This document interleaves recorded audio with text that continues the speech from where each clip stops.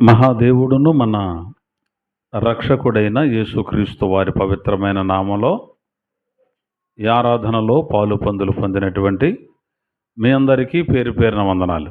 అందరికీ వందనాలండి. అందరికి వందనాలు తెలియజేస్తున్నాను. ప్రియులారా, బైబిల్ గ్రంథంలో నుంచి ఈ రోజున ఒక ప్రాముఖ్యమైనటువంటి సంగతిని మనం నేర్చుకోబోతున్నాం కనుక చెబుతున్న ఈ మాటలు శ్రద్ధ కలిగి ఆసక్తి కలిగి మంచి మనసుతో విని గ్రహించాలని మీ అందరికీ ప్రభు పేరట మనవి చేస్తా ఉన్నాను. చెబుతున్నటువంటి ఈ సంగతులు జాగ్రత్తగా వినడానికి మనం ప్రయత్నం చేద్దాం. ఈ రోజున మనం నేర్చుకోబోయేటువంటి అంశం ఎవరు క్రైస్తవులు అనే అంశాన్ని నేర్చుకుందాం. క్రైస్తవులు అంటే ఎవరు అనే సంగతిని మనం క్లుప్తంగా నేర్చుకోవడానికి ప్రయత్నం చేద్దాం. ఇక సంగతిలోనికి ప్రవేశిద్దాం. ప్రతి ఒక్కరు కూడా ముందుకు రండి, ముందుకు తెచ్చుకోండి. రెఫరెన్స్లు చదవడానికి బాగుంటుంది. కాబట్టి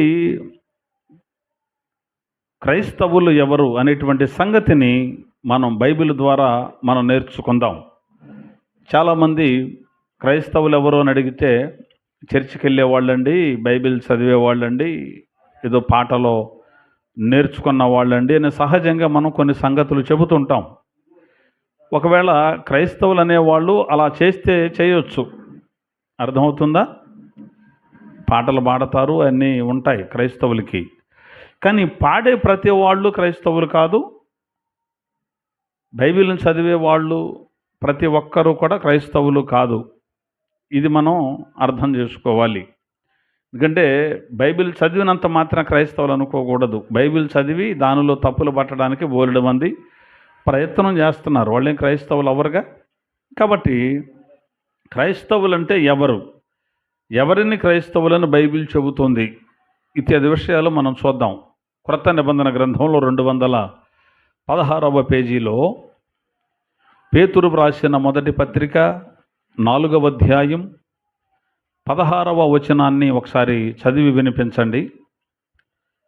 అపోస్తులుడైన పేతురు వ్రాసిన మొదటి పత్రిక 4వ అధ్యాయం 16వ వచనం చదువుతున్నారు, విందాం. ఎవడైనను క్రైస్తవుడైనందుకు బాధ అనుభవించిన ఎడల అతడు సిగ్గుపడక ఆ పేరును బట్టియే దేవుని మహిమపరచవలెను. చాలండి.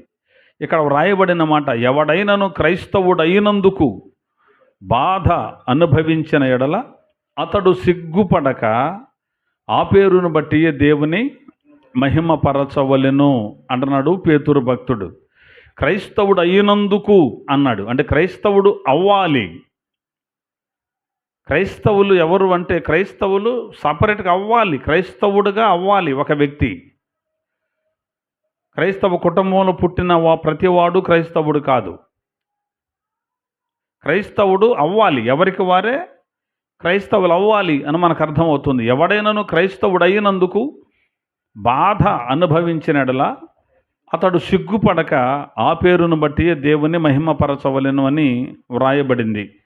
క్రైస్తవుడు అయినందుకు బాధ అనుభవిస్తే అతడు సిగ్గుపడకూడదు.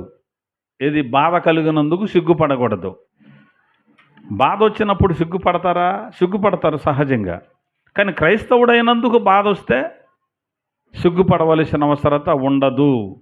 ఆ 15వ వచనం చూడండి ఒకసారి, పై వచనాన్ని. మీలో ఎవడును నరహంతకుడుగా కానీ, దొంగగా కానీ, దుర్మార్గుడుగా కానీ, పరుల జోలికి పోవువాడుగా కానీ బాధ అనుభవింపతగదు అని ఆ తర్వాత ఈ సంగతి చెప్తున్నాడు. బాధపడితే పడవచ్చు, క్రైస్తవుడైనందుకు బాధపడవచ్చు, తప్పేం కాదు, సిగ్గుపడవలసిన పని కూడా లేదు. కానీ ఎలా బాధపడకూడదు మనం? మీలో ఎవడైనా నరహంతకుడుగా కానీ, దొంగగా కానీ, దుర్మార్గుడిగా కానీ, పరుల జోలికి పోవువాడుగా కానీ బాధ అనుభవింపతగదు. అంటే ఉపయోగం లేని పనికి మాలిన పనులు చేసి బాధపడకూడదు మనం. అంటే అలాంటి బాధ మనకు రాకూడదు. అంటే అట్లాంటి పనులు అసలు చేయకూడదు. అవి చేసినప్పుడు ఏదైనా బాధ వచ్చిందనుకో, నాకు ప్రభువుని బట్టి బాధ వచ్చిందండి అనకూడదు. మళ్ళీ క్రైస్తవుడైనందుకు బాధ వస్తే సిగ్గుపడవలసిన అవసరం కూడా లేదు. వచ్చే బాధ ఎలాగో వస్తుంది. లోకంలో ఉన్న వాళ్ళకి అది అలాంటి పనులు చేయటం వల్ల వస్తుంది. ప్రభువుని అంగీకరించిన వాళ్ళకి ప్రభువుని అంగీకరించినందుకు వస్తాయి బాధలు. అయితే మనం అనుభవించే బాధ క్రైస్తవుడైనందుకు బాధ అనుభవిస్తున్నామా, లేదు లోకంలో ఉండి వెధవ పనులు చేయడం వల్ల బాధ అనుభవిస్తున్నామా అనేది కూడా మనం పరిశీలించుకోవాలి. ఈనాటి సమాజంలో సహజంగా మనం చూస్తే కొంతమంది వాళ్ళు చేసిన వెధవ పనులకి శిక్ష అనుభవిస్తూ మేము దేవుడి కోసం బాధపడుతున్నామని చెప్పుకునే దౌర్భాగ్యులు కూడా ఉన్నారు. చేసేటువంటి పనులు వెధవ పనులు చేసి శిక్ష అనుభవిస్తారు, బాధపడతారు, ఇబ్బందులు పడతారు, సమస్యలు తెచ్చిపెట్టుకుంటారు. ఏ పని చేస్తే ఆ సమస్యలు వచ్చినాయో అందరికీ కనబడుతున్నప్పటికీ కూడా యోబుకే వచ్చినాయండి ఆ బాధలో. యేసయ్యే బాధపడ్డాడండి, మనకు రావడం పెద్ద గొప్ప ఏంటండి అని మళ్ళీ వాళ్ళతో పోల్చుకుంటున్నారు. ఇది సరైన వైఖరి ఎట్టి పరిస్థితుల్లో కాదు. ఆ పడే బాధ ఏదో యేసును అంగీకరించినందుకు, క్రైస్తవుడైనందుకు బాధ అయితే ఇబ్బంది ఏం లేదు కదా. కాబట్టి క్రైస్తవుడు ఎవడు అని అడిగితే బైబిల్ గ్రంథంలో క్రైస్తవుడు అయిన వాడే క్రైస్తవుడు. క్రైస్తవుడు అవడం అంటే ఏమిటి? అసలు క్రైస్తవులు అన్న పదం బైబిల్లో మొత్తం మీద 3 చోట్ల వ్రాయబడింది. ఎన్ని చోట్ల? 3 చోట్ల వ్రాయబడింది.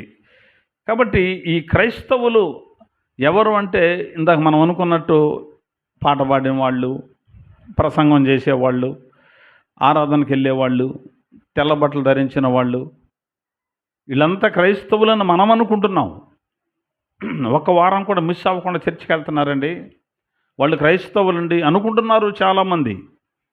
కానీ బైబిల్ వీళ్ళందరినీ క్రైస్తవులని చెప్పట్లా. పనిగట్టుకొని సపరేట్గా క్రైస్తవుడు అవ్వాలి అని బైబిల్ గ్రంథం మనతో మాట్లాడుతుంది. ఇప్పుడు ఇంతకు క్రైస్తవులు అవ్వడం అంటే ఏమిటి ఈ రోజున మనం తెలుసుకోవాలి. ప్రతి ఒక్కరు కూడా ఈ సంగతిని శ్రద్ధగా విని గ్రహించి ఎవరు క్రైస్తవులో మనం అర్థం చేసుకోవాలి. అర్థమవుతుందా? మళ్ళీ చెబుతున్నాను, బైబిల్ గ్రంథం చదివినంత మాత్రాన క్రైస్తవులు కాదు. ఈ బైబిల్ని చెప్పడానికి నిలబడి ప్రసంగం చేసినంత మాత్రాన క్రైస్తవులు కాదు. చాలామంది సేవకులు, పాస్టర్లను పిలువబడుతున్న వాళ్ళలో క్రైస్తవులు 100కి దాదాపుగా 50% కాదు, 80% కూడా కాకపోవచ్చాము. బైబిల్ పట్టుకొని బోధ చేసే వాళ్ళలోనే మేము క్రైస్తవులు అనుకునే వాళ్ళు కాదు. ఆ సంగతులు మనం ఈ రోజున వింటూ ఉండగా మరి మనం క్రైస్తవులమా కాదా మనకు అర్థమైపోద్ది. ఓకేనా? మనం క్రైస్తవులమా కాదా అనేటువంటిది మనకు అర్థమైపోతుంది. కనుక చెబుతున్న మాటలు వినడానికి మనం ప్రయత్నం చేద్దాం. క్రైస్తవులంటే అసలు ఎవరు అనేటువంటిది ఒక మాట మనం చూద్దాం. 114వ పేజీలో క్రొత్త నిబంధన గ్రంథంలో అపోస్తలుల కార్యాల గ్రంథం 11వ అధ్యాయం 26వ వచనంలో క్రైస్తవులు ఎవరు అనేటువంటిది వ్రాయబడింది. చూద్దాం. వారు కలిసి ఒక సంవత్సరమంతయు సంఘములో ఉండి బహుజనులకు వాక్యమును బోధించిరి. మొట్టమొదట అంతియోకయలో శిష్యులు క్రైస్తవులు అనబడిరి. చాలు, ఇక్కడ వ్రాయబడిన మాట మొట్టమొదట అంతియోకయలో శిష్యులు క్రైస్తవులు అనబడిరి. దేవునికి మహిమ కలుగునగాక. క్రైస్తవులు ఎవరు అంటే శిష్యులు. అర్థమవుతుందా? ఎవరికి శిష్యులు? యేసుక్రీస్తు ప్రభుల వారికి శిష్యులే క్రైస్తవులు. యేసయ్య శిష్యుడు కానివాడు క్రైస్తవుడు కాదు. ఇది మనం గుర్తుపెట్టుకోవాలి. యేసయ్యకు శిష్యులు క్రైస్తవులు. యేసయ్యకు మనం శిష్యులమైతే ఆయన మనకేమవ్వాలి? ఆయన మనకు గురువు అవ్వాలి. యేసయ్యే గురువు. ఆయనను గురువుగా కలిగి ఆయన ఏ పాఠం మనకు నేర్పిస్తున్నాడో దాన్ని నేర్చుకొని దాని ప్రకారం బ్రతకటమే క్రైస్తవుడు అని వాళ్ళు మాత్రమే పిలువబడతారు. గురువు గారు ఏ సంగతి అయితే చెబుతాడో ఆ సంగతిని విని నేర్చుకొని దాని ప్రకారం నడిచేవారు మాత్రమే శిష్యులు, వాళ్ళే క్రైస్తవులు. ఓకేనా? కాబట్టి యేసయ్యకు శిష్యులు అవ్వాలి క్రైస్తవులు అంటే.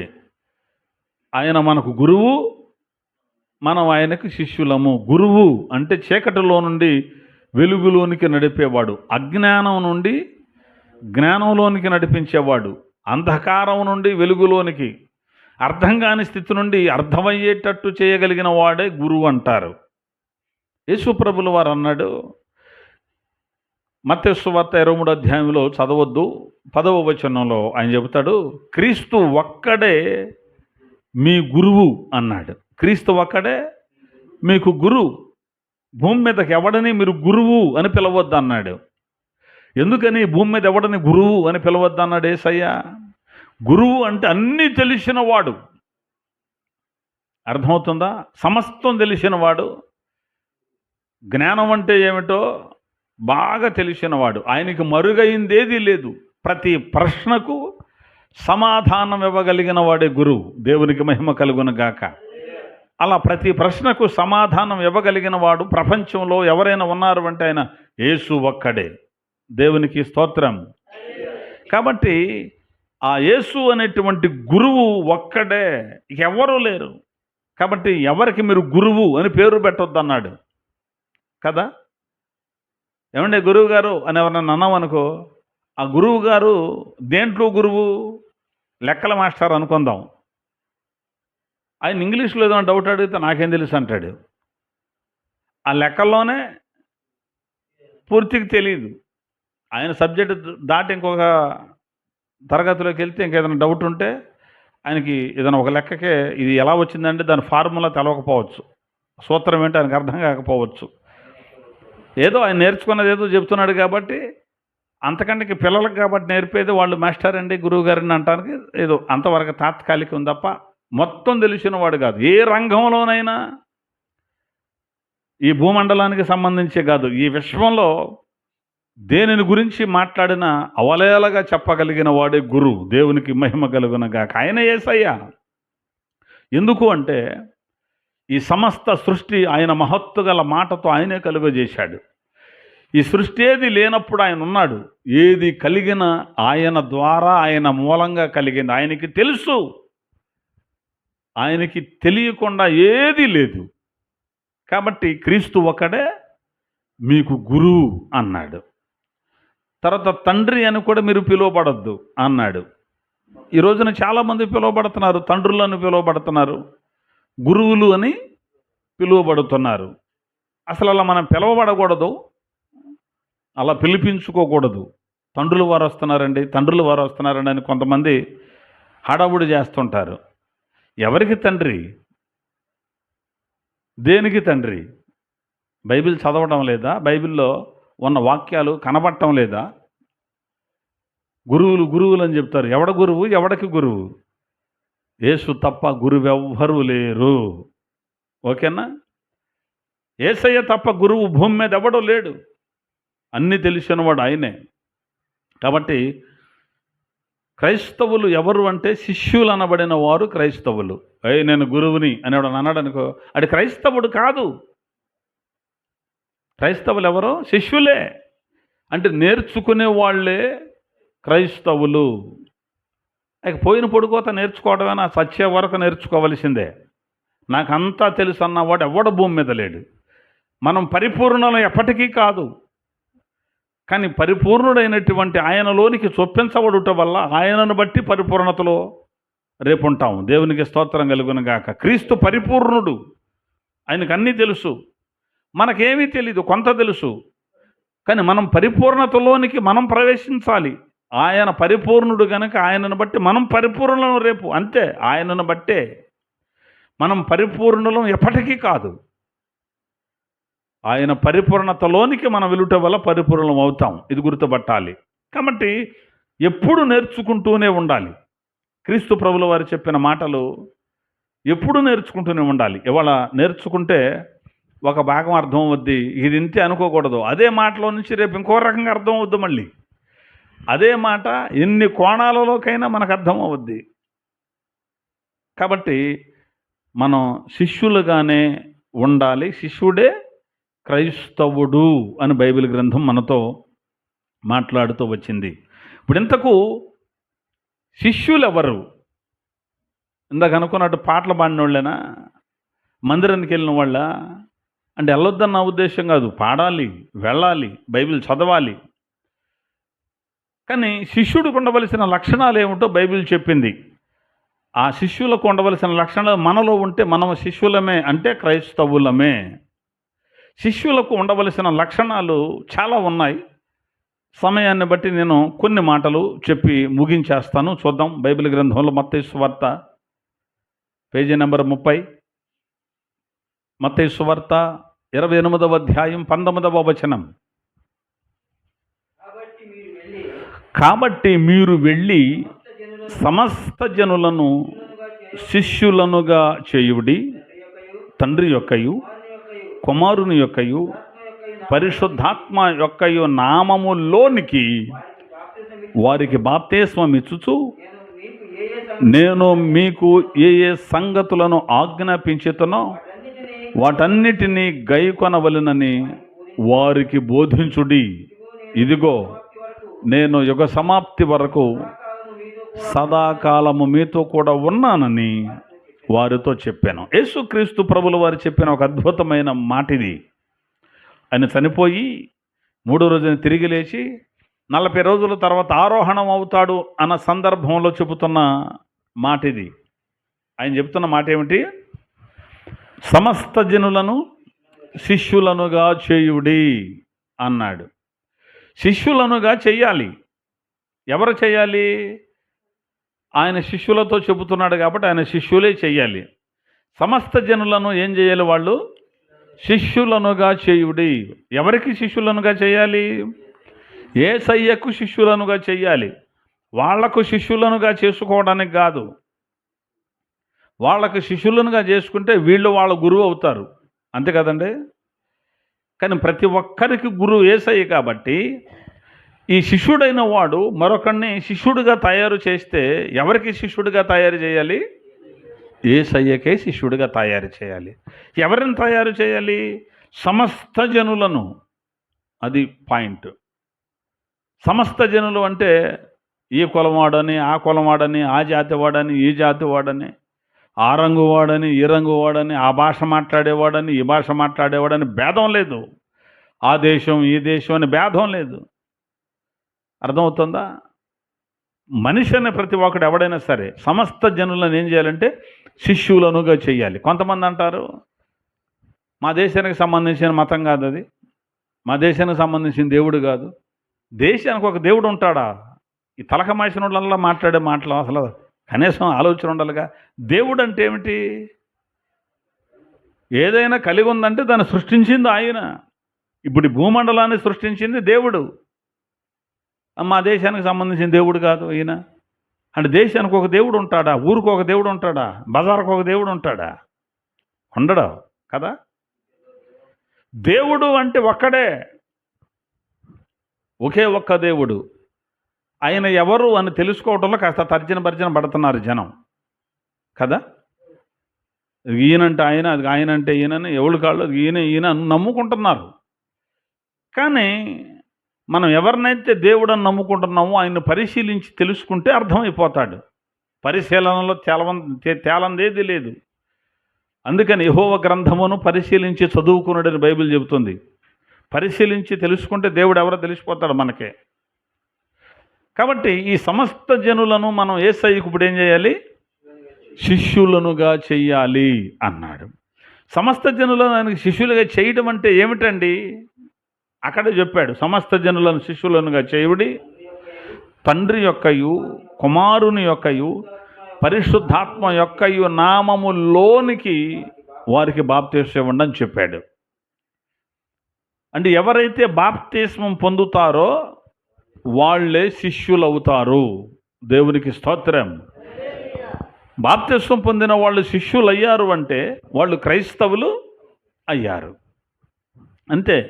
బాప్తిస్మం పొందిన వాళ్ళు మాత్రమే క్రైస్తవులు. బాప్తిస్వం పొందని పాస్టర్ కానీ, బాప్తిస్వం పొందని విశ్వాసులు కానీ క్రైస్తవులు అవ్వడానికి వీలు లేదు, బైబిల్ ఒప్పుకోదు.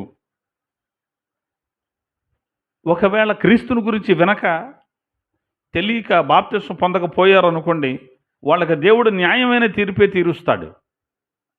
కానీ వాక్యాలు వినుకోడా, బైబిల్ గ్రంథాన్ని చదువుకోడా, మా సంస్థ వారు బాప్తిస్వం వద్దన్నారండి, మా వాళ్ళు తీసేశారండి, బాప్తిస్వంతో మాకు పని లేదండి,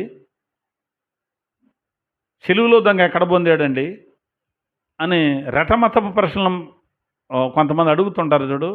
వాళ్ళు క్రైస్తవులని మీరు అనుకుంటున్నారా? కాదు, మనం అనుకోము. అసలు బాప్తిస్వం పొందకుండా బైబిల్ పట్టుకున్న పాస్టర్ కూడా పాస్టర్ అని నేను అనుకోను, మనం అనుకోం. వాళ్ళు పాస్టర్లు కాదు, అసలు వాళ్ళు దేవుని సంబంధులు కాదు, వాళ్ళు క్రైస్తవులు కాదు. వాళ్ళకి బోధించేవాడే క్రైస్తవుడు కానప్పుడు మరి ఆ బోధ వినవాళ్ళు ఎలా క్రైస్తవులు అవుతారు? నీకు ఎంత పెద్ద చర్చ ఉంటే ఏమైంది, ఎన్ని దేశాల్లో నీ సంఘం ఉంటే ఏమైంది? కాబట్టి శిష్యుడైన వాడు మాత్రమే క్రైస్తవుడు, ఇది బైబిల్ బోధ. కాబట్టి బాప్తిస్వం పొందాలి. అక్కడ అన్నాడు తండ్రి యొక్కయు, కుమారుని యొక్కయు, పరిశుద్ధాత్మ యొక్కయు నామములోనికి అన్నాడు. ఈ సంగతి అర్థం కాక కొంతమంది యేసు నామంలో పొందితే సరిపోద్ది, తండ్రి కుమార పరిశుద్ధాత్మ నామంలో బాప్తిస్వం చల్లదు అంటున్నారు కొంతమంది. వీళ్ళకి తండ్రి ఎవరో తెలియదు, కుమారుడు ఎవరో తెలియదు, పరిశుద్ధాత్ముడు ఎవరు అంతకన్నా వీళ్ళకి తెలియదు. తండ్రి కుమారుడైపోయాడట, కుమారుడే పరిశుద్ధాత్ముడయ్యాడట, ఒక దేవుడే మూడు విభాగాలుగా వచ్చాడని చెబుతున్నారు వాళ్ళు. అర్థం కాల వాళ్ళకి బైబిల్ వాళ్ళకి తెలియలే. తండ్రి వేరు, కుమారుడు వేరు, పరిశుద్ధాత్ముడు వేరు. బైబిల్ చెబుతుంది ఈ మాట. తండ్రి కుమారుడు కాదు, కుమారుడు పరిశుద్ధాత్ముడు ఎప్పటికీ కాదు. తండ్రి తండ్రే, కుమారుడు కుమారుడే, పరిశుద్ధాత్ముడు పరిశుద్ధాత్ముడే. ఇక్కడ ముగ్గురిని మాట్లాడుతూ నామములలోనికి అనలా, మళ్ళీ నామములోనికి అని ఒకే పేరు వాడాడు. నామములు అంటే బహువచనం, నామములు అంటే నామములోనికి అంటే ఒక్క పేరు. బాప్తిస్మము అనే ఒక పుస్తకం రాశాను, దాంట్లో అర్థం అవుద్ది. అంటే ముగ్గురు దేవుళ్ళ అంటారు. మళ్ళీ అవగాహన లేదు. ఈ యూట్యూబ్లోనే మనం దైవత్రిత్వాన్ని గురించి మాట్లాడిన ప్రసంగాలు ఉన్నాయి. అర్థం కాని వాళ్ళు ఎవరైనా ఉంటే వాటిని ఒకసారి చూస్తే అర్థమైపోతాడు దేవుడెవరో. సరే, మొత్తం మీద తండ్రి కుమార పరిశుద్ధాత్మ నామములో బాప్తిస్వం పొందిన వారు మాత్రమే శిష్యులు, వారు మాత్రమే క్రైస్తవులు. అలా బాప్తిస్వం ఇచ్చుచు నేను ఏ ఏ సంగతులను మీకు ఆజ్ఞాపించుతున్నో వాటిని అన్నిటినీ, కొన్నిటిని కాదు, వాటిని అన్నిటినీ గైకొనుడని వారికి బోధించుడి అన్నారు యేసయ్య. కాబట్టి బాప్తిస్వం పొందినటువంటి వారు శిష్యులు అవుతారు. ఆ శిష్యులు ఆయన ఏ ఏ సంగతులు మనకు ఆజ్ఞాపించాడో వాటన్నిటిని మనం ఏం చేయాలి? గైకొనాలి అని బోధించుడి అని చెప్పాడు. కాబట్టి బాప్తిస్వం పొందిన వారు మాత్రమే శిష్యులు, అంటే క్రైస్తవులు. ఈ బాప్తిస్వం అనగానే మళ్ళా దీనిలో రకరకాల అభిప్రాయాలు వచ్చాయి. చిన్నప్పుడు బాప్తిస్వం అని కొంతమంది, చిలకరింపు బాప్తిస్వం అని కొంతమంది, జెండా కింద బాప్తిస్వం అని కొంతమంది. అర్థమవుతుందా? ఇవేవి కాదు. పెళ్లి చేయాలంటే దానికోసం, పెట్లో సమాధిలో పెట్టే ముందు పెట్లో పెట్టాలంటే బాప్తిస్వం పొందితేనే అని, ఇలా రకరకాలుగా చిన్నప్పుడు చిలకరింపు, ఇలాంటివన్నీ సహజంగా సంఘాల్లో, చాలా సంఘాల్లో మనకు కనబడుతూ ఉంటాయి. జెండా కింద ప్రమాణం చేస్తే సరిపోద్దని కొంతమంది, అదే బాప్తిస్వం అని. ఎవరు చెప్పారు వీళ్ళకి ఈ మాటలో? బైబిల్ చెప్పిందా? లేఖనం చెప్పిందా? చిలకరింపు ఇవ్వమని బైబిల్లో ఎక్కడన్నా ఉందా? జెండా కింద ప్రమాణం అని బైబిల్లో ఎక్కడన్నా ఉందా? పెళ్ళికి ఇవ్వమని బైబిల్లో ఎక్కడన్నా ఉందా? లేదు. బైబిల్లో ఉన్న బాప్తిస్వం ఎలాంటి బాప్తిస్వం? ఎలాంటి బాప్తిస్వం అంటే బాప్తిస్వము అనే అంశం మరొకసారి నేను ప్రసంగంలో చెబుతాను. మనం చాలాసార్లు విన్నాం, అయినా ఒకసారి యూట్యూబ్లో కూడా ఉంటుంది కనుక చెబుతాను, మనకు అర్థం అవుద్ది. ఒక వ్యక్తి నీళ్ళల్లో పరిపూర్ణంగా ముంచబడమే బాప్తిస్వము. అర్థమైందా? బుక్కులో కూడా ఆ విషయాలు రాస్తూ వచ్చాం. మొత్తం మీద బాప్తిస్మం అంటే ఒక వ్యక్తి నీళ్లలో సంపూర్ణంగా ముంచబడాలి. రోమపత్రిక 6వ అధ్యాయంలో చెప్పినట్లు 3వ వచనంలో అన్నట్టు క్రీస్తు యేసులోనికి బాప్తిస్మము పొందిన మనమందరము ఆయన మరణములోనికి బాప్తిస్మం పొందుతామని మీరు ఎరుగరా అంటాడు. బాప్తిస్మం అంటే క్రీస్తు యేసులోనికి ఒక వ్యక్తి ప్రవేశించడం. దానికి సాదృశ్యం చెబుతాడు. ఆయన మరణానికి, ఆయన సమాధికి, ఆయన పునరుద్ధానానికి ఈ బాప్తిస్మం సాదృశ్యం. బాప్తిస్మం అంటే పాతి పెట్టబడుట, లేదా చచ్చిపోవుట, లేదా కొత్తగా జన్మించుట. అప్పటి వరకు బ్రతికినటువంటి పాపపు బ్రతుకు నుంచి ఒక వ్యక్తి బయటపడడమే బాప్తిస్మం.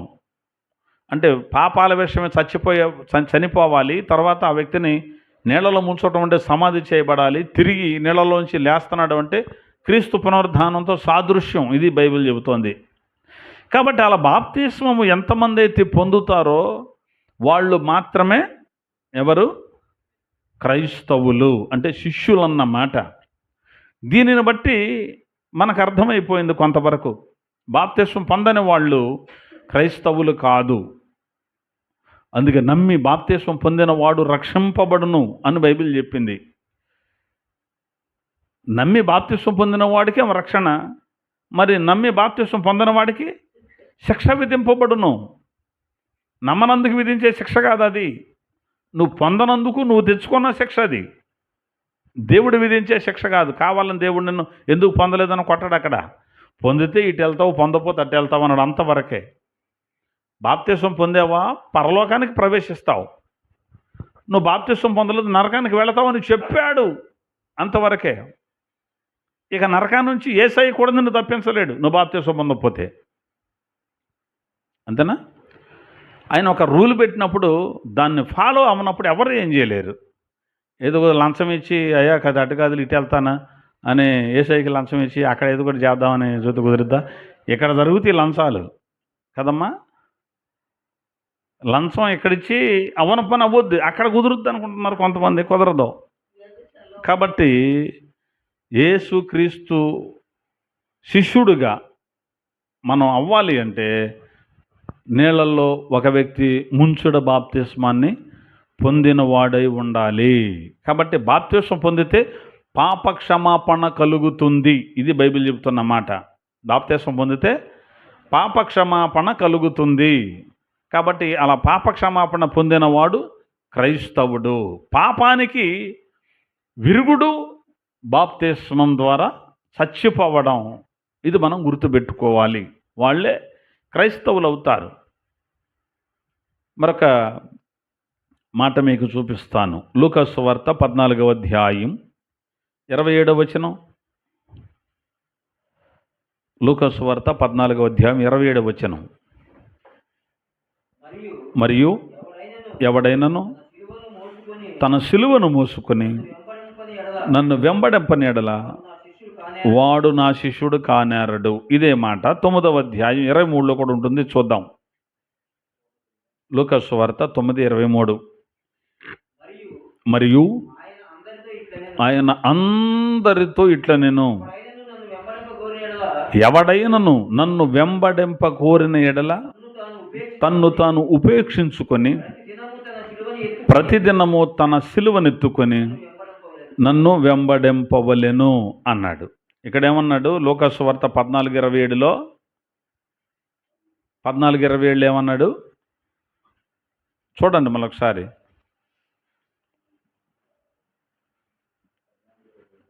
27. ఎవడైనను తన సిలువను మోసుకొని నన్ను వెంబడింపని ఎడల అది వాడు నా శిష్యుడు కానేరడు. ఇప్పుడు శిష్యుడు అంటే క్రైస్తవుడు అని తెలుసుకున్నాం కదా. బాప్తిస్మం పొందిన వాడు క్రైస్తవుడు అంటే యేసయ్యకు శిష్యుడు. రెండవది యేసయ్యను వెంబడించిన వాడే, ఆయన సిలువను మన సిలువను మనం మోస్తూ యేసయ్యను వెంబడించిన వాడే శిష్యుడు అన్నాడు. అదే మాట 29వ అధ్యాయం 23లో ఏమన్నాడు? ఎవడైనను నన్ను వెంబడింపగోరిన ఎడల తన్ను తాను ఉపేక్షించుకొని ప్రతిదినము తన సిలువను ఎత్తుకొని నన్ను వెంబడించాలి. అంటే సిలువని ఎత్తుకొని యేసుని వెంబడించేవాడే శిష్యుడు. ఎన్ని రోజులు వెంబడించాలి అనేది ఆ 9:23లో చెప్పాడు. ఎన్ని రోజులు? ప్రతిదినము అన్నాడు. తన సిలువను ఎత్తుకొని నన్ను వెంబడించాలి అన్నాడు. అంటే ఎవరి సిలువ వారు ఎత్తుకొని యేసయ్యను వెంబడించాలి. వాళ్ళు క్రైస్తవులు అంటే వాళ్ళే, శిష్యులే క్రైస్తవులు. శిష్యుడైన వాడు ఒకటి బాప్తిసం పొంది ఉండాలి.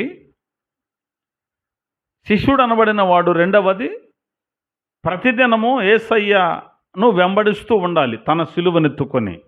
అంటే నా సిలువ నేను, మీ సిలువ మీరు ఎత్తుకొని ప్రతిదినము వెంబడించాలి. తన్ను తాను ఉపేక్షించుకోవాలి. ఉపేక్షించుకోవడం అంటే మరుగు చేసుకోవడం, కనబడకుండా ఉండడం.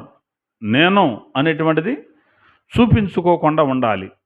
నేను అనే అహం ఎక్కడ కనబడకుండా యేసయ్య మాత్రమే కనబడేటట్టుగా ప్రతిదినము ఆయన సిలువను మనం మోసేవారుగా ఉండాలి. సిలువను మోయడం అంటే ఒక అడ్డ చెక్క, ఒక నిలువు చెక్క వేసుకొని భుజం మీద వేసుకొని మోయటం కాదు. సంవత్సరానికి ఒకసారి 40 రోజులు సిలువ ధ్యానాలను పెట్టి 40 రోజులు యేసయ్య కోసం ఏడిచి 40 రోజుల తర్వాత ఆఖరి రోజున సిలువ ఒకటి భుజం మీద పెట్టుకొని రోడ్లన్నీ తిరుగుతారు చూడు, చెక్క సిలువ వేసుకొని. అలా కాదు. సిలువను మోయటం అంటే అది కాదు. వేషం ధరించి అలా తిరగడం కాదు సిలువను భరించడం అంటే. సిలువను మోయడం అంటే, ప్రతిదినం సిలువను మోయడం అంటే క్రీస్తు విషయమైనటువంటి ఏ నింద వచ్చినా, ఏ సమస్య వచ్చినా, ఏ ఇబ్బంది వచ్చినా భరిస్తూ ముందుకు వెళ్ళిపోవడమే. అర్థమవుతుందా? ఏ బాధ అయినా రానే యేసు ప్రభును నమ్ముకున్నందుకు. అందుకే ఎవడైనా క్రైస్తవుడైనందుకు బాధ అనుభవిస్తే అతడు సిగ్గుపడక ఆ పేరును బట్టి దేవుని మహిమపరచాలి. అలా బ్రతకటమే. బయలుదేరాడంటే పెద్ద భక్తుడు అని తిడుతున్నారు అనుకో, మనమేం కంగారు పడిన అవసరంలా. మొన్నటి వరకు వాళ్ళతో కలిసి తిరిగాం కదా, మొన్నటి వరకు వాళ్ళతో కలిసి పరిగెత్తాంగా, మొన్నటి వరకు వాళ్ళతో కలిసి తాగాం, వాళ్ళతో కలిసి తిన్నాం. కాబట్టి ఇవాళ వాళ్ళతో కలిసి ఉండనందుకు వాళ్ళు ఒకటి ఆశ్చర్యపడతారు, రెండవది మనల్ని ద్వేషిస్తారు. ఇది బైబిల్లో ఉంది. ఒకటి ద్వేషిస్తారు, ఒకటి ఆశ్చర్యం, ఎట్లా సాధ్యమైంది వీడికని. అవన్నీ మనం అస్సలు పట్టించుకోకూడదు. వాళ్ళతో వాదన పెట్టుకొని మనం గెలవలేము. వాళ్ళతో వాదన పెట్టుకొని గెలవలేము. కంపలో పెట్టాడంటే తీసుకెళ్ళలేదు. కుక్క కంపలో పెట్టిందంట, 4 కుక్కలు వచ్చి దాని మీద ఎగబడుతున్నా ఇది ఒకటే గిదిమేస్తుంది. ఎందుకంటే ఎక్కడ పెట్టింది? కంపలో పెట్టింది కాబట్టి. అట్లాగే మూర్ఖుడితో మనం వాదన పెట్టుకున్నా అలాగే ఉంటుంది. ఎందుకు మూర్ఖులతో మనకు వాదన? ఉపయోగం లేని ప్రశ్నలు వేస్తుంటారు. కానీ ప్రశ్న అడిగేవాడు తెలుసుకోవాలి, ఇతను ఎలా మారాడు, అసలు ఏంటి, నేను కూడా అలా ఉంటే బాగుండని ఉద్దేశంతో అడుగుతున్నాడా, లేకపోతే 10 మందిలో మనల్ని ఏదో గాలి తీయాలని అడుగుతున్నాడు అనేది మనకు అర్థమైపోద్ది కదా. కాబట్టి ఎవడైనా ఏదైనా అడుగుతున్నాడు అన్నప్పుడు, అతను నిజంగా తెలుసుకోవాలనుకుంటున్నాడు అన్నప్పుడు అతడితో క్రీస్తుని గురించిన సంగతులు చక్కగా మాట్లాడవచ్చు. ఓకేనా?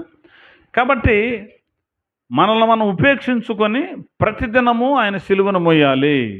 వాళ్ళనే శిష్యులని బైబిల్ గ్రంథం చెప్పింది. అంటే బాధలు వస్తాయి, ఇబ్బందులు వస్తాయి, సమస్యలు వస్తాయి. అయినప్పటికీ కూడా యేసునందు ఆనందించాలి.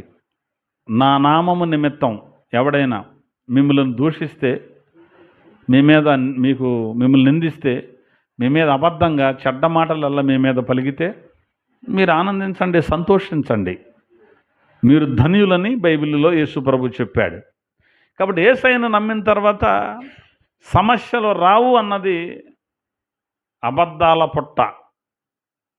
యేసయ్యను నమ్మాక బాధలు రావన్నది అబద్ధాల పుట్ట. బాధలు వస్తాయి, ఇరుకులు వస్తాయి, ఇబ్బందులు వస్తాయి, సమస్యలు వస్తాయి. కానీ అవన్నీ కూడా అసలు పట్టించుకోం. అవే వస్తాయి, అవే పోతాయి. ఎందుకంటే యేసయ్యతో మనం ఉన్నాం కాబట్టి ఈ బాధ పెద్ద ఎనదగిందేం కాదు. వస్త్రహీనత వచ్చినా బాధపడం, ఏదొచ్చినా నువ్వెంత నా ముందు అనేటువంటి శక్తి, ధైర్యం వస్తుంది. అందుకే రోమపత్రిక 8:37 పెట్టాం మనం. యేసు ద్వారా మనం వీటన్నిటిలో అత్యధిక విజయము పొందుతున్నాము. కరువు రావచ్చు, ఖడ్గం రావచ్చు, ఉపద్రవం రావచ్చు, వస్త్రహీనత రావచ్చు, ఏదైనా మన మీదకి రావచ్చుగాక, ఏ బాధ అయినా రానివ్వగాక. అర్థమవుతుందా? అసలు దేన్ని కూడా లెక్క చెయ్యం. అలా సిలువ మోయడం అంటే అదే, సిలువను భరించడం అంటే అదే. యేసయ్య అన్నాడు, నా కాడి మీ మీద ఎత్తుకొని మోయమన్నాడు. ఆయన కాడేమన్నా బరువు ఉంటుందా? నా కాడి తేలికగాను నా భారము సులువుగాను ఉన్నది అన్నాడు. కాబట్టి ఆయన మనతో ఉండగా మనం భయపడవలసిన అవసరత లేదు. ఎందుకంటే మనం క్రీస్తు సంబంధులం, క్రైస్తవులం అంటే. కాబట్టి క్రైస్తవులు ఎవరు అంటే శిష్యులే క్రైస్తవులు. ఎవరు శిష్యులు? శిష్యులు అంటే ఎవరు? బాప్తిసం పొందిన వాళ్ళే శిష్యులు అంటే క్రైస్తవులు. రెండవది, ప్రతిదినము ఆయన సిలువనెత్తుకొని ఆయనను వెంబడించిన వాళ్ళు మాత్రమే శిష్యులు అంటే క్రైస్తవులు. ఇంకొక మాట చెప్పి ముగించేస్తాను. చాలా విషయాలు ఉన్నాయి, ఒక్క మాట మాత్రమే చెప్పి నేను ముగిస్తాను. చూద్దాం. యోహాను సువార్త 8వ అధ్యాయం 31వ వాక్యంలో ప్రభుల వారు చెప్పిన మాటను ఒకసారి మనం గమనిద్దాం. కాబట్టి యేసు తనను నమ్మిన యూదులతో, మీరు నా వాక్యమందు నిలిచిన వారైతే నిజముగా నాకు శిష్యులయుండి సత్యమును గ్రహించెదరు, అప్పుడు సత్యము మిమ్మును స్వతంత్రులునుగా చేయును. చాలండి. ఇక్కడ వ్రాయబడిన మాట ఏమిటంటే, యేసుక్రీస్తు ప్రభుల వారు తనను నమ్మిన యూదులతో చెబుతున్న మాట. ఎవరితో చెబుతున్నాడు? తనను నమ్మిన యూదులతో, మీరు నా వాక్యమందు నిలిచిన వారైతే నిజముగా నాకు శిష్యులై ఉండి సత్యమును గ్రహిస్తారు, అప్పుడు సత్యము మిమ్మల్ని స్వతంత్రులుగా చేస్తుంది అన్నాడు. అంటే వీళ్ళు స్వతంత్రులు కాదా? యేసయ్యను నమ్మినోళ్ళు కాదు. ఎవరితో చెబుతున్నాడు ఈ మాట? అందుకు యేసు తనను నమ్మిన యూదులతో అన్నాడు. తను నమ్మిన వాళ్ళతో చెప్తున్నాడు. అంటే నమ్మటం అయితే నమ్మారు, కానీ వీళ్ళు స్వతంత్రులా అంటే కాదు. అంటే ఇప్పుడు ఈ రోజున కూడా చాలామంది యేసయ్యను మేము నమ్ముకున్నామండి అంటున్నారు, కానీ స్వతంత్రులు కాదు, క్రైస్తవులు కాదు. మరి నమ్ముకున్నారుగా, నమ్ముకోవచ్చు, ఎవడైనా నమ్మచ్చు. యేసయ్య చాలా మంచివాడయ్యా, మాకు తెలుసు, యేసుబాబు చాలా మంచివాడు అని అంటారు కొంతమంది అనిలు కదా. ఆయనంటే మాకు ఇష్టమేనయ్యా, మేము కూడా ఒకసారి మొక్కుకుంటే మా బాధ పోయిందయ్యా, మేము కూడా ముక్కు తీర్చుకొచ్చుకున్నామయ్యా వెళ్ళి అంటుంటారు కొంతమంది. వాళ్ళను క్రైస్తవులా? నమ్మిన ప్రతి ఒక్కడు క్రైస్తవుడు కాదు. యేసయ్యను నమ్మిన ప్రతి ఒక్కడు క్రైస్తవుడు కాదు. మరి ఎవరయ్యా క్రైస్తవులు? అక్కడ అన్నాడు, నా వాక్యమందు మీరు నిలిచిన వారైతే నిజముగా నాకు శిష్యులై ఉంటారు అన్నాడు. అంటే నిజంగా క్రైస్తవుడు అప్పుడు అవుతాడు. ఎప్పుడు? వాక్యాన్ని నమ్మినవాడు కాదు, వాక్యమందు నిలిచినవాడు. దేవునికి మహిమ కలుగునగాక. అంటే నమ్మడం వేరు, నిలవడం వేరు. అందరూ నమ్మారు. ఇప్పుడు చర్చికి వెళ్ళే వాళ్ళంతా నమ్మారు కాబట్టి బైబిల్ పట్టుకొని పరిగెత్తుతున్నారు.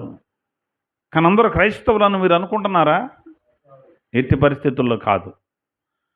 క్రైస్తవుడు అంటే యేసయ్యను నమ్మినవాడు కాదు.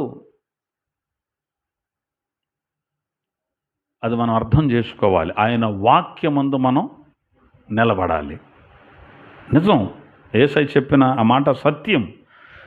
నా వాక్యమందు నిలిచిన వారైతే నిజముగా నాకు శిష్యులు అవుతారు అన్నాడు యేసయ్య. అంటే వాక్యమందు నిలవకపోతే నిజమైన శిష్యులు కాదు. మరే శిష్యులు? ఉత్తిత్తి శిష్యులు. ఆపద వస్తే పారిపోతారు, ఇబ్బంది వస్తే పారిపోతారు, సమస్య వస్తే పారిపోతారు, కరువు వస్తే పారిపోతారు, ఏదన్నా ఉపద్రవం వస్తే పారిపోతారు. పంచనామాల్లో మీరు బాప్తిసం పొందలేదు అనుందా? అనగా పంచనామాలు ఒకటి ఉంటుంది. క్యాస్ట్ సర్టిఫికేట్ కావాలన్నప్పుడు ఈ కుటుంబంలో వారు బాప్తిసం పొందుట కానీ చర్చికి వెళ్ళుట కానీ జరగలేదు, వీళ్ళు హిందువులుగానే వ్యవహరించుతున్నారు, వీరి కుటుంబంలోని స్త్రీలు గాజులు బొట్లు వగైరా హిందూ సంప్రదాయాలనే పాటించుతున్నారు. మరి తెల్లారితే ఆదివారం బైబిల్ పట్టుకెళ్ళేది వీళ్ళే. అవునా కాదా?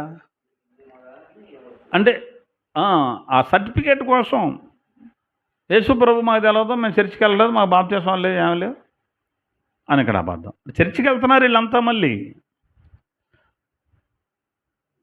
యేసుక్రీస్తు ప్రభువుని మీరు నమ్ముకున్నారా? మీకు రేషన్ కార్డు తీసేస్తాం అనమను. ఎంతమంది ఉంటారో చూద్దాం. ఆ రోజులు వస్తున్నాయి. క్రైస్తవ సంఘమా, శ్రమలు రాబోతున్నాయి, సిద్ధంగా ఉండండి. చాలామంది సోకాళ్ళు బోధకులు ఏం చెప్తున్నారంటే, శ్రమల్లో సంఘం ఉండదు, ముందే వెళ్ళిపోద్ది, యాంటీ క్రైస్ట్ వాడు రాకృతమే సంఘం ఎత్తబడిపోద్దని చెప్పేస్తున్నారు. కానీ బైబిల్ చెప్తుంది శ్రమలు వస్తున్నాయి, సిద్ధపడమని. ఆ శ్రమల్లో ఉండటానికి మనం సిద్ధపాటు కలిగి ఉండాలి. అంతే తప్ప శ్రమలు రావు, ఏమి రావంటలే, వెళ్ళిపోదాంలే. భయపడ్డారు. ఈ భయపడ్డ వాళ్ళంతా పోతారు.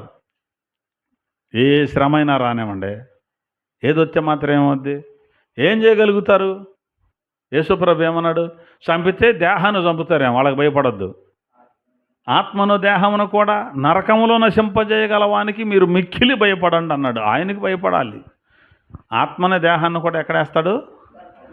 నరకంలో. నరకంలో వేసేది ఆత్మను కాదు, ఉత్తి ఆత్మని అనుకుంటున్నారేమో, దేహాన్ని కూడా.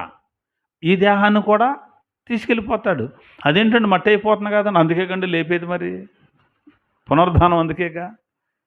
పునరుద్ధానం జరిగేది ఎందుకంటే ఈ దేహంతో, ఆత్మతో, ప్రాణంతో నరకానికన్నా పోవాలి, ఈ ప్రాణాత్మ శరీరాలతో పరలోకం ఉన్న వెళ్ళాలి. అదే సంపూర్ణత అంటే. ఒక ఆత్మ మట్టుకెళ్ళి కాలిపోద్దులే, మిగిలిందేం కాలదలే అనుకుంటున్నారు. మరి ధనవంతుడు చనిపోయి పాతి పెట్టబడి అప్పుడు పాతాళంలో అగ్నిలో యాతన పడుతున్నాడు అన్నారు కదండి. ఎమ్మన్నా వేసేసాడుగా అగ్నిగుండంలో అంటారు. అది అగ్నిగుండం కాదు, అది కూడా తెలుసుకొని ఉండాలి. అది పాతాళపు తాత్కాలిక అగ్నియే, నరక యాతన కాదు అది. మరల శరీరంతో వస్తాడు, లేస్తాడు, అప్పుడు వెళ్తాడు నరక యాతనకి.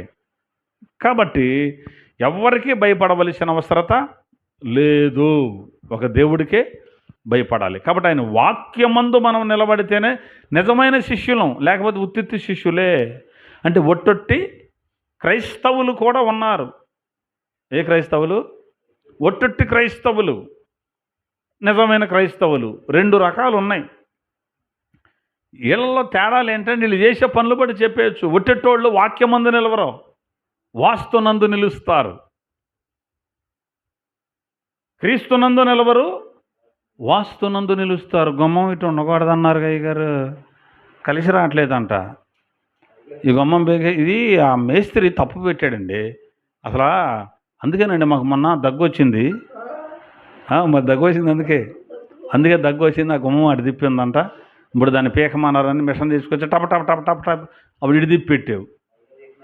ఇడిదిప్పి పెట్టిన తర్వాత ఇప్పుడు చెప్పినాను, వాస్తు నమ్మేరుగా. అడుగుడు వచ్చి తలకమాసినోడు చెప్పాడు, గుమ్మం ఇటు తిరిగి ఉందన్నాడు. అంటే ఇటైనా తిరగవచ్చు, గుమ్మం మాత్రం అటు తిరగకూడదు. ఆ ఇంట్లో ఉండేవాడు ఎటు తిరిగి వచ్చినా బాధ లేదంట. మళ్ళీ అర్థమైందా? అది ఇడిదిప్పి పెట్టిన తర్వాత ఇంట్లో ఒక టాప్ లేచిపోయాడు. మరి అప్పుడు ఇంకోటి వచ్చారండి, అబ్బా ఇది ఎలా ఉండకూడదు, అది బీకమని, ఇది బీకమని, అది బీకి ఇది బీకి, కొంపే బీకిపోవాలి, లేదా కొంపలో లేకుండా పోవాలి. అంతే. ప్రతి వాడు ఒకడొచ్చి అది బీకమంటాడు, ఒకడొచ్చి ఇటు పెట్టమంటాడు, ఒకడొచ్చి అదే అంటాడు, ఒకడు ఇదే అంటాడు. ఆడు మాటలు ఈడు మాటలు, ఈయన ఆఖరికి ఉండదు బీకిపోవటమే, మనాదల పాలైపోవటమే. కాబట్టి వీళ్ళు ఉత్తుత్తి క్రైస్తవులు ఉన్నారు. అయ్యగారు ప్రార్థన చేయండి అంటారు, చక్కగా ముసుకేసుకొని కూర్చొని. అయ్యగారు ప్రార్థన చేయండి అయ్యగారు, ఇంట్లో బాగా సమస్యలు ఎక్కువైపోయినాయండి, బాధలు ఎక్కువైపోయినాయండి, ఇబ్బందులు ఎక్కువైపోయినాయండి. మరి చేతికి తాయిత్య అంటామంటే నిద్రపోతుంటా అయ్యగారు, ఉలికి పళ్ళు ఎగుతున్నాను, అందుకే ఆయన దగ్గరికి వెళ్తేనే తాయిత్య ఒకటి కట్టి బూడిద ఒకటి పొట్లం కట్టాడు. బూడిదేంటి, గాడిద. బూడిద నీకెందుకు? మళ్ళీ అక్కడికి వెళ్ళి ఏసయ్య చర్చికి వెళ్ళి పాటలు పాడతారు. మళ్ళీ పాడరు అనుకుంటున్నారా? ఏ క్లాస్ అయిన పాటలు పాడతారు అక్కడికి వెళ్ళి. ఇస్సాకును అబ్రహాము ఇస్సాకును ఇచ్చాడంట, నువ్వేమి ఇస్తామని పాడతారు. మళ్ళీ సమర్పణ చేయము ప్రభువునకు. ఏంటంటే సమర్పించేది దేవునికి? నీ దేహము, ధనము, సమయమును. ఉత్తిత్తి క్రైస్తవులు ఉత్తినే పాడతారట.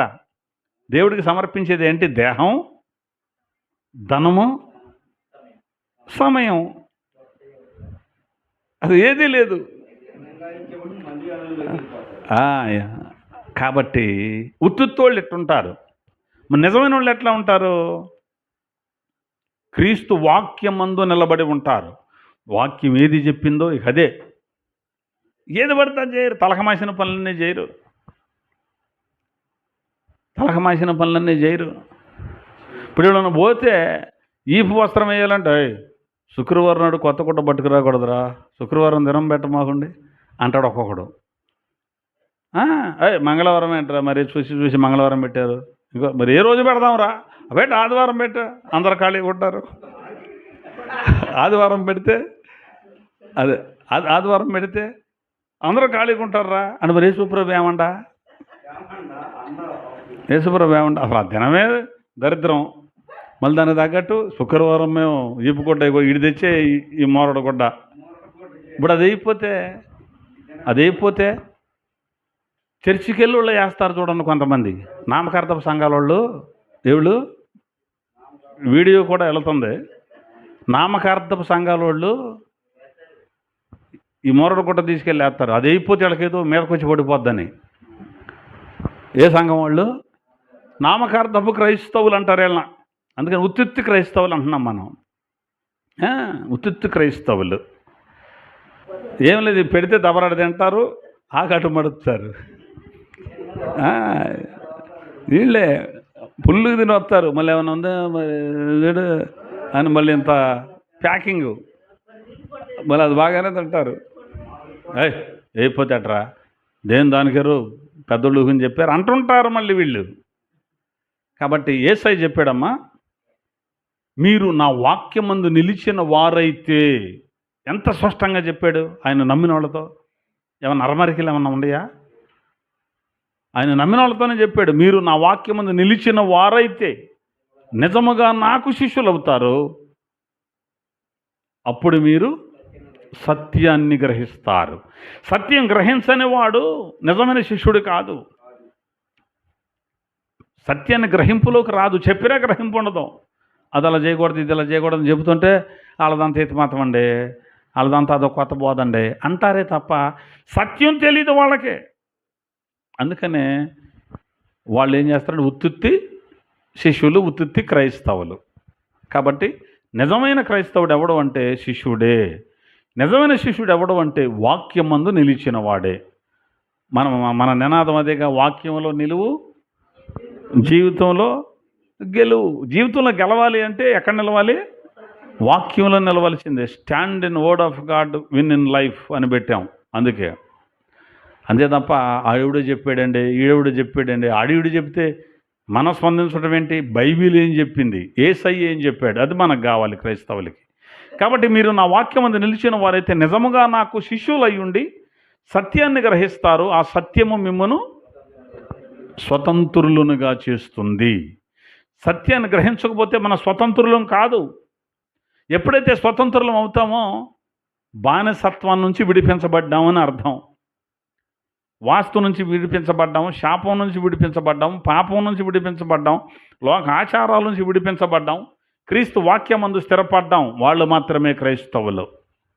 ఎవడబడితే వాడు క్రైస్తవుడు కాదు. అంతే తప్ప జనాన్ని భోగి చేసుకోవటానికి నీకు ఆశీర్వాదాలు వచ్చేస్తున్నాయి, నీ పిల్లలను దేవుడు ఆశీర్వదించేస్తాడు, ఇక్కడికి వచ్చావు కాబట్టి అన్ని కోణాల్లో ఇక నీకు ఆశీర్వాదాలే, రావాల్సిన చోటుకు వచ్చేసావు, మోకరించే చోట మోకరించావు, అడగవలసింది అడిగావు, ఇక ఆయన నీ మీద కుమ్మరించేస్తున్నాడు, దిమ్మరించేస్తున్నాడు, అదిగో వచ్చేస్తున్నాడు, ఇదిగో వచ్చేస్తున్నాడు, కళ్ళు మూసుకు అదిగో ఇది కానీ హడావిడి చేస్తున్నారు కదా. కాబట్టి ఇదంతా క్రైస్తవ్యము కాదు, స్పష్టమే. ఎందుకంటే ఈ మాటలు చెప్తే సహజంగా విశ్వాసులు రాకపోవచ్చు, అయినప్పటికీ పర్వాలేదు. కానీ బైబిల్ చెబుతున్న సత్యం అది. కాబట్టి పేతురు భక్తుడు అన్నాడు, ఎవడైనా నువ్వు క్రైస్తవుడైనందుకు బాధ అనుభవించిన ఎడల అతడు సిగ్గుపడక ఆ పేరును బట్టి దేవుని మహిమపరచవలెను అన్నాడు. క్రైస్తవుడు అవ్వాలి ఒక వ్యక్తి. ఎలాగయ్యా క్రైస్తవుడు అవ్వటం అంటే ఏమిటి? క్రైస్తవులు అంటే ఎవరు?